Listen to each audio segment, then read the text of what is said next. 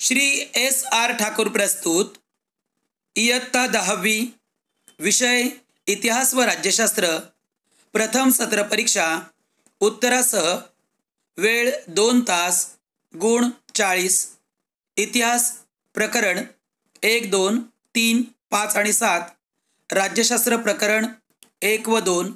विद्यार्थी मित्रांनो, व्हिडिओ आवडल्यास व्हिडिओला लाईक करा, शेअर करा आणि जर सबस्क्राईब केले नसेल तर सबस्क्राईब करा।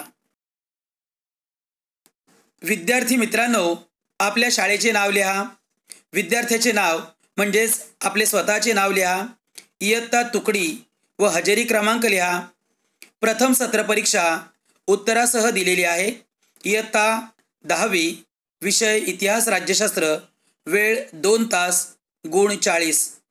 आपण त्यापूर्वी काही सूचना पाहूया। विद्यार्थी मित्रांनो, इतिहास राज्यशास्त्र या विषयाचा पेपर लिहिण्यापूर्वी SSC बोर्डाकडून आलेल्या काही सूचना आपण पाहूया। 1. सर्व कृतीप्रश्न सोडवणे आवश्यक आहेत। 2. उजवीकडील अंक प्रश्नांचे आणि कृतीचे पूर्ण गुण दर्शवतात। 3. प्रश्न क्रमांक 1 ते 5 या प्रश्नकृती इतिहास या विषयासाठी, तर प्रश्न क्रमांक 6 ते 9 प्रश्नकृती राज्यशास्त्र या विषयासाठी आहेत। 4. प्रश्न क्रमांक 1 अ आणि प्रश्न क्रमांक 6 मध्ये संपूर्ण विधान लिहिणे आवश्यक आहे। 5. प्रश्न क्रमांक 2 अ आणि प्रश्न क्रमांक 8 ब मधील संकल्पना चित्रे त्याच नमुना आराखड्यानुसार पेनाने उत्तरपत्रिकेत तयार करणे अपेक्षित आहे। 6. प्रश्न क्रमांक 1 अ, ब व प्रश्न क्रमांक 6 या प्रश्नांची उत्तरे उत्तरपत्रिकेत एकापेक्षा जास्त वेळेने लिहिलेले असेल तर प्रथम लिहिलेले उत्तर हे गुणांसाठी गृहीत धरले जाईल। आता आपण प्रथम सत्र परीक्षा ही उत्तरासह पाहूया। प्रथम सत्र परीक्षा इयत्ता 10वी विषय इतिहास व राज्यशास्त्र प्रश्न क्रमांक 1 अ दिलेल्या पर्यायांपैकी योग्य पर्याय निवडून विधाने पूर्ण करा। गुण 3। प्रश्न क्रमांक 1 ऑलिम्पिक स्पर्धांची परंपरा डॅश डॅश येथे सुरू झाली। अ ग्रीस, ब रोम, क भारत, ड चीन। योग्य उत्तर अ ग्रीस। प्रश्न क्रमांक 2 जगातील सर्वात प्राचीन संग्रहालय डॅश डॅश या शहराचे उत्खनन करताना सापडले। अ दिल्ली, ब हडप्पा, क ऊर, ड कोलकाता। योग्य उत्तर क ऊर। प्रश्न क्रमांक 3 दूरदर्शन हे डॅश डॅश माध्यम आहे। अ दृक, ब श्राव्य, क दृकश्राव्य, ड मौखिक। योग्य उत्तर क दृकश्राव्य। प्रश्न क्रमांक 1 ब पुढीलपैकी प्रत्येक गटातील चुकीची जोडी ओळखून लिहा। गुण 3। प्रश्न क्रमांक 1 प्रभाकर, आचार्य प्र के अत्रे। 2 दर्पण, बाळशास्त्री जांभेकर। 3 दीनबंधू, कृष्णराव भालेकर। 4 केसरी, बाळ गंगाधर टिळक। चुकीची जोडी 1 प्रभाकर, आचार्य प्र के अत्रे। प्रश्न क्रमांक 2 George William Friedrich Hegel, reason in history. 2 Leopold von Ranke, the theory and practice of history. 3 Herodotus, the histories. 4 Karl Marx, discourse on the method. चुकीची जोडी 4 Karl Marx, discourse on the method. प्रश्न क्रमांक 3 मल्लखांब, शारीरिक कसरतीचे खेळ। 2 water polo, पाण्यातील खेळ। 3 skating, साहसी खेळ। 4 बुद्धिबळ, मैदानी खेळ। चुकीची जोडी 4 बुद्धिबळ, मैदानी खेळ। प्रश्न क्रमांक 2 अ दिलेली संकल्पना चित्रे पूर्ण करा, कोणतेही 2। गुण 4। प्रश्न क्रमांक 1 पुढील संकल्पना चित्र पूर्ण करा। बैठे खेळ। उत्तर 1 बुद्धिबळ, 2 पत्ते, 3 सोंगट्या, 4 कॅरम। विद्यार्थी मित्रांनो, आपण काच कवड्या, सागर गोटे इत्यादी सुद्धा लिहू शकता। प्रश्न क्रमांक 2 पुढील आकृतिबंध पूर्ण करा। भारतातील जागतिक नैसर्गिक वारसा स्थळे। 1 काझीरंगा राष्ट्रीय उद्यान। 2 मानस वन्यजीव अभयारण्य। 3 सुंदरबन राष्ट्रीय उद्यान, 4 केवलदेव राष्ट्रीय उद्यान, 5 पश्चिम घाट आणि 6 ग्रेट हिमालयन पार्क. प्रश्न क्रमांक 3, पुढील संकल्पना चित्र पूर्ण करा. युरोपातील महत्त्वाचे विचारवंत. 1 Rene Descartes, 2 Voltaire, 3 Karl Marx, 4 Michael Foucault. प्रश्न क्रमांक 2ब, थोडक्यात टिपा लिहा. कोणत्याही 2 गुण 4. प्रश्न क्रमांक 1, खेळाचे महत्त्व. उत्तर 1 खेळाला आपल्या जीवनात महत्त्वाचे स्थान आहे. 2 जीवनातील व्यथा आणि चिंता विसरायला लावण्याचे सामर्थ्य खेळामध्ये आहे. 3 मनाला विरंगुळा देणे आणि मन ताजेतवाने करण्याचं काम खेळ करतात. 4 खेळामुळे खेळाडूचा व्यायाम होतो. 5 शरीर काटक व बळकट बनण्यास खेळ मदत करतात. 6 खेळामुळे मनोधैर्य, चिकाटी, खिलाडूपणा इत्यादी गुणांची वाढ होते. 7 सांघिक खेळ खेळल्यामुळे आपापसात सहकार्य, संघभावना वाढीस लागते आणि नेतृत्व गुणांचा विकास होतो.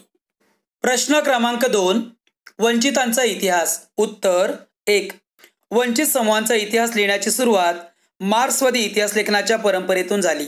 2 इतिहास लेखनाची सुरुवात समाजाच्या तळाशी असलेल्या सर्वसामान्य लोकांच्या स्तरापासून करायला पाहिजे ही कल्पना अँटिनिओ ग्रामची या इटालियन तत्त्वज्ञानाने मांडली.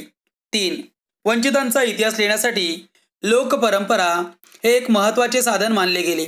4 वंचितांच्या इतिहासाला एक महत्त्वाची विचारसरणी देण्याचं कार्य रणजित गुहा या भारतीय इतिहासकाराने केले.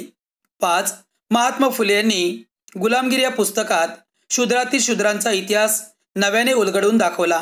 6 डॉक्टर बाबासाहेब आंबेडकर यांनी हू वेर द शूद्राज आणि द अनटचेबल्स या ग्रंथाद्वारे वंचितांच्या इतिहासाचे लेखन केले. प्रश्न क्रमांक 3, वर्तमानपत्रांचे स्वातंत्र्य संग्रामातील कार्य. उत्तर 1 स्वातंत्र्यपूर्व काळात राष्ट्रवादी भावना विकसित करण्याचे कार्य वर्तमानपत्रांनी केले. 2 केसरी, मराठा या वर्तमानपत्रांनी तत्कालीन सामाजिक आणि राजकीय प्रश्नांना वाचा फोडली. 3 ज्ञानोदय या वर्तमानपत्राच्या माध्यमातून 1857च्या संघर्षाच्या बातम्या छापल्या जात होत्या. 4 दर्पणच्या अंकातील बातम्यांमधून आपणास राजकीय, आर्थिक, सामाजिक आणि सांस्कृतिक इतिहास सापडतो. 5 प्रभाकर वर्तमानपत्रातून फ्रेंचांच्या बंडाचा इतिहास भारतीय स्वातंत्र्यासाठी प्रेरणादायी ठरला. आणि 6 वर्तमानपत्रांनी तत्कालीन समाजातील अनिष्ट चालीरीती, परंपरा यांविरुद्ध जनमत जागृत केले. प्रश्न क्रमांक 3, पुढील विधाने सकारण स्पष्ट करा. कोणतेही 2 गुण 4. प्रश्न क्रमांक 1, सर्व प्रसारमाध्यमात दूरदर्शन अतिशय लोकप्रिय माध्यम आहे. उत्तर 1 दूरदर्शन हे दृकश्रव्य माध्यम असल्याने त्याने वर्तमानपत्र आणि आकाशवाणी यांच्या मर्यादा ओलांडून जनतेला प्रत्यक्ष काय घडले ते दाखवायला सुरुवात केली. 2 जनतेला एखाद्या घटनेचा अखोदेखा हाल पाहण्यासाठी दूरदर्शनला पर्याय नाही. 3 दूरदर्शनद्वारे मनोरंजन, बातम्या, शिक्षण, शेतीविषयक कार्यक्रम, आरोग्य, क्रीडा, हवामान इत्यादी विषयक माहिती लोकांपर्यंत पोहोचवण्याचं कार्य केलं जातं. 4 दूरदर्शनच्या राष्ट्रीय, प्रादेशिक आणि अनेक खाजगी वाहिन्या सुरू झाल्यामुळे लोक त्यांच्या गरजेनुसार, पसंतीनुसार चित्रपट व इतर आवडीचे कार्यक्रम पाहू शकतात. 5 दूरदर्शन ही सेवा दुर्गम भागापर्यंत पोहोचली आहे आणि म्हणून सर्व प्रसारमाध्यमात दूरदर्शन अतिशय लोकप्रिय माध्यम आहे. प्रश्न क्रमांक 2, व्हॉल्टियर हा आधुनिक इतिहास लेखनाचा जनक होता असे म्हटले जाते. उत्तर 1 व्हॉल्टियरचे मूळ नाव फ्रान्सवा मरी अरुये असे होते. 2 व्हॉल्टियर या फ्रेंच तत्त्वज्ञानाने इतिहास लेखनासाठी केवळ वस्तुनिष्ठ सत्य आणि घटनांचा कालक्रम एवढ्यावरच लक्ष केंद्रित न करता तत्कालीन समाजाच्या परंपरा, व्यापार, आर्थिक व्यवस्था, शेती इत्यादी गोष्टींचा विचार करणे आवश्यक आहे असा विचार मांडला. 3 इतिहासाची मांडणी करताना मानवी जीवनाचा सर्वांगीण विचार व्हायला हवा हा विचार व्हॉल्टियरमुळे पुढे आला. व्हॉल्टियरच्या या विचारांमुळेच व्हॉल्टियर आधुनिक इतिहास लेखनाचा जनक होता असे म्हणतात. प्रश्न क्रमांक 3, प्रादेशिक इतिहास लेखनाला चालना मिळाली? उत्तर 1. 19व्या व 20व्या शतकामध्ये इंग्रजी शिक्षण पद्धतीमध्ये शिकून तयार झालेल्या भारतीय इतिहासकारांनी भारतीयांची आत्मजाणीव जागृती करण्याकडे भर दिला. 2. महाराष्ट्रात विष्णुशास्त्री चिपळूणकर यांनी राष्ट्रवादी इतिहास लेखन केले. त्यामुळे इतर इतिहासकारांना प्रादेशिक इतिहास लेखनाची प्रेरणा मिळाली. 3. ब्रिटिश अधिकाऱ्यांनी लिहिलेल्या प्राचीन भारताच्या पूर्वग्रह दूषित इतिहासाला विरोध करण्यासाठी प्रादेशिक इतिहास लेखनाला चालना मिळाली. 4. स्वातंत्र्यवीर वि. सावरकर यांनी the Indian war of independence 1857 म्हणजेच 1857चे स्वातंत्र्य समर हे पुस्तक लिहिले. त्यांच्या राष्ट्रवादी इतिहास लेखनाच्या प्रभावामुळे प्रादेशिक इतिहास लेखनाला चालना मिळाली. प्रश्न क्रमांक 4. सध्याच्या काळात खेळाचे अर्थकारण बदलले आहे. उत्तर 1. 20व्या व 19व्या शतकात खेळाचे आंतरराष्ट्रीयकरण झाले आहे. 2. ऑलिम्पिक, एशियाड, ब्रिटिश राष्ट्रकुल, विम्बल्डन यांसारख्या स्पर्धांमधून खेळल्या जाणाऱ्या क्रिकेट, फुटबॉल, लॉन टेनिस इत्यादी सामन्यांचे थेट प्रक्षेपण दूरदर्शन व अन्य वाहिन्यांवरून जगभर एकाच वेळी केले जाते. 3. ज्या देशाचा या खेळात सहभाग नाही असे प्रेक्षक सुद्धा त्या खेळाचा आनंद घेतात. 4. हौशी खेळाडू शिकण्यासाठी सामने बघतात, प्रेक्षक मनोरंजनासाठी बघतात. 5. कंपन्या जाहिरातीची संधी म्हणून सामन्यांकडे बघतात. 6. IPL, प्रो कबड्डी लीग यांतून खेळाडूंना व निवृत्त खेळाडूंना व्यावसायिक संधी मिळते. अशा प्रकारे सध्याच्या काळात खेळाचे अर्थकारण बदलले आहे. प्रश्न क्रमांक 4. दिलेल्या उतार्याचे वाचन करून खालील प्रश्नांची उत्तरे लिहा. गुण 4. विद्यार्थी मित्रांनो, एक उतारा दिला जातो. त्यावर आधारित एकूण 3 प्रश्न दिले जातात. पहिला प्रश्न 1 गुणांसाठी, दुसरा प्रश्न 1 गुणांसाठी आणि तिसरा प्रश्न हा 2 गुणांसाठी असतो. प्रश्न क्रमांक 1. ताम्रपटावरील लेख कोणत्या लिपीत आहे? उत्तर ताम्रपटावरील लेख हा ब्राह्मी लिपीत आहे. 2. दिलेला ताम्रपट हा कोणत्या काळातील असावा असे मानले जाते? उत्तर दिलेला ताम्रपट हा मौर्य काळातील असावा असे मानले जाते. प्रश्न क्रमांक 3. सोहगौडा ताम्रपटाची वैशिष्ट्ये लिहा. उत्तर 1. ताम्रपटावरील कोरीव लेख हा ब्राह्मी लिपीत आहे. त्याचबरोबर हा ताम्रपट मौर्य काळातील असावा असे मानले जाते. तसेच या ताम्रपटावरील चिन्ह कोठार घरांचे निदर्शक आहेत. त्याचबरोबर दुष्काळजन्य परिस्थितीचं निवारण करण्यासाठी कोणती काळजी घ्यावी याबाबत माहिती मिळते. विद्यार्थी मित्रांनो, हा प्रश्न आपल्याला सहज 4 गुण मिळवून देऊ शकतो. प्रश्न क्रमांक 5. पुढील प्रश्नांची सविस्तर उत्तरे लिहा. कोणतेही 2 गुण 6. विद्यार्थी मित्रांनो, इथे एकूण 4 प्रश्न दिले जातात. त्यापैकी 2 प्रश्न लिहिणे अपेक्षित आहे. प्रश्न क्रमांक 1. कार्ल मार्क्स यांचा वर्ग सिद्धांत स्पष्ट करा. उत्तर 1. 19व्या शतकाच्या उत्तरार्धात कार्ल मार्क्स यांनी दास कॅपिटल या ग्रंथात वर्ग सिद्धांताची मांडणी केली. 2. इतिहास हा अमूर्त कल्पनांचा नसून जिवंत माणसांचा असतो असे त्यांचे मत होते. 3. माणसामाणसातील नातेसंबंध त्यांच्या मूलभूत गरजा भागवण्यासाठी उपलब्ध असलेल्या उत्पादन साधनांच्या स्वरूपावर व मालकीवर अवलंबून असतात. 4. समाजातील वेगवेगळ्या घटकांना उत्पादनाची साधने समप्रमाणात उपलब्ध होत नाहीत. 5. उत्पादनाच्या साधनांतूनच समाजाची वर्गावर आधारित विषम विभागणी होऊन वर्ग संघर्ष निर्माण होतो. प्रश्न क्रमांक 2. भारतातील खेळाच्या साहित्याच्या इतिहासाविषयी माहिती लिहा. उत्तर 1. खेळाशी संबंधित साहित्य ही एक नवी ज्ञानशाखा आहे. 2. खेळाशी संबंधित पुस्तके, कोश नव्याने तयार होत आहेत. 3.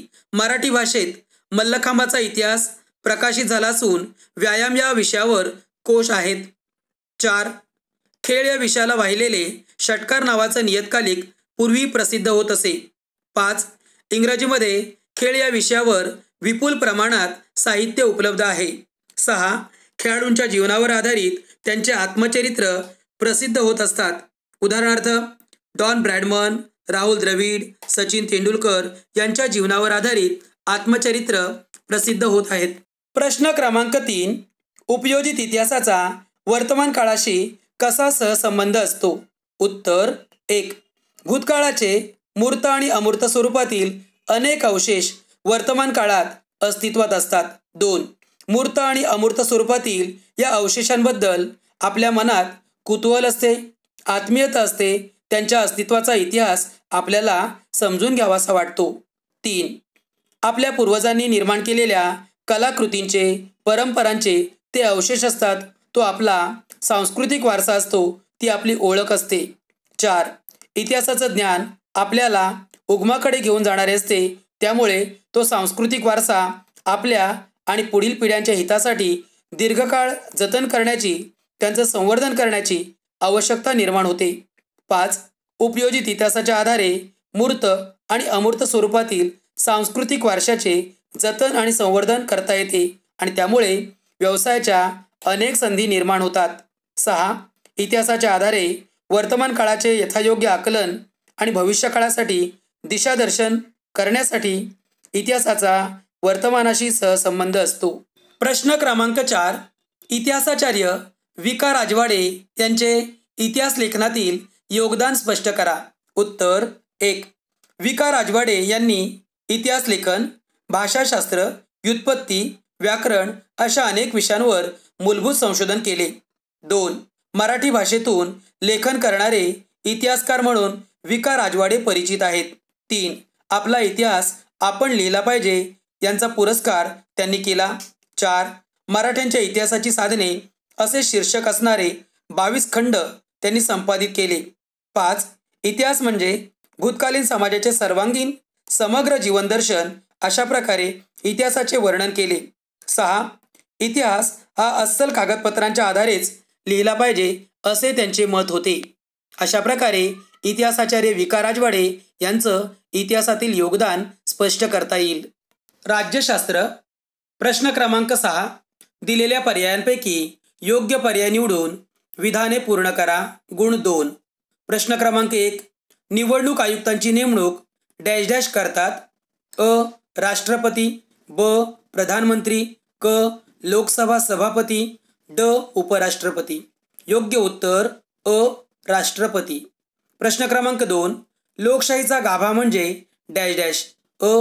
प्रौढ मताधिकार, ब. सत्तेचे विकेंद्रीकरण, क. राखीव जागांचे धोरण, ड. न्यायालयीन निर्णय.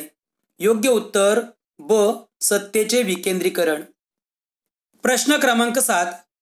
पुढील विधाने चूक की बरोबर ते सकारण स्पष्ट करा. कोणतेही 2. गुण 4. प्रश्न क्रमांक 1. एखाद्या घटक राज्यात केव्हा व किती टप्प्यात निवडणुका घ्यायच्या हे राज्य सरकार ठरवते. उत्तर हे विधान चूक आहे. 2. निवडणुकीचे संपूर्ण संचालन हे निवडणूक आयोगाची जबाबदारी असते. 3. कोणत्या राज्यात केव्हा व किती किती टप्प्यात निवडणुका घ्यायच्या हे निवडणूक आयोग ठरवते. प्रश्न क्रमांक 2. संविधानाचे स्वरूप एखाद्या जिवंत दस्तऐवजाप्रमाणे असते. उत्तर 1. हे विधान बरोबर आहे. 2. संविधान प्रवाही असते, त्याचे स्वरूप एखाद्या जिवंत दस्तऐवजाप्रमाणे असते. 3. परिस्थितीनुसार संविधानात बदल करावे लागतात आणि ते बदल करण्याचा अधिकार न्यायालयाने संसदेला दिला आहे. 4. संविधानात बदल करताना संविधानाच्या मूलभूत चौकटीला धक्का लावता येणार नाही अशी न्यायालयाची भूमिका आहे. अशा प्रकारे संविधानाचे स्वरूप एखाद्या जिवंत दस्तऐवजाप्रमाणे असते. प्रश्न क्रमांक 3. विशिष्ट प्रसंगी निवडणूक आयोग एखाद्या मतदारसंघात पुन्हा निवडणुका घेतात. उत्तर 1. हे विधान बरोबर आहे. 2.